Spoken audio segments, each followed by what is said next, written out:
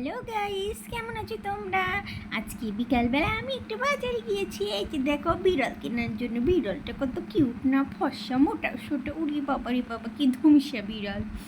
আরে বাজারে গিয়ে দেখি একটা বিড়ালের নতুন দোকান হয়েছে, তো কিনতে খুব ইচ্ছে হলো বাবা।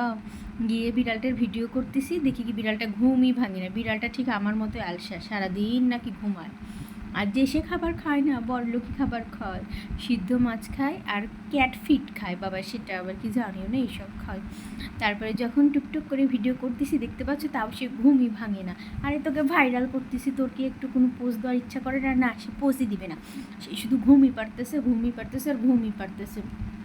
এর মধ্যে মালিক এসে বললো একটু বের করে দেবো। বললো যে বের করার কোনো দরকার নেই, ওকে আমি এমনি ভাইরাল করে দেবো ভিডিও করে। এই যে দেখো কি সুন্দর ট্যাপা টুপা বিড়ালটা, দেখতে পাচ্ছ? তো বিড়ালের দাম শুনে আমি হকচকায় গেছি। আমি আর কেনার কোনো ইচ্ছাই নাই, কারণ ওকে আমি অত টাকা দিয়ে কিনতেই পারবো না। আমার দেশি বিড়ালই ভালো।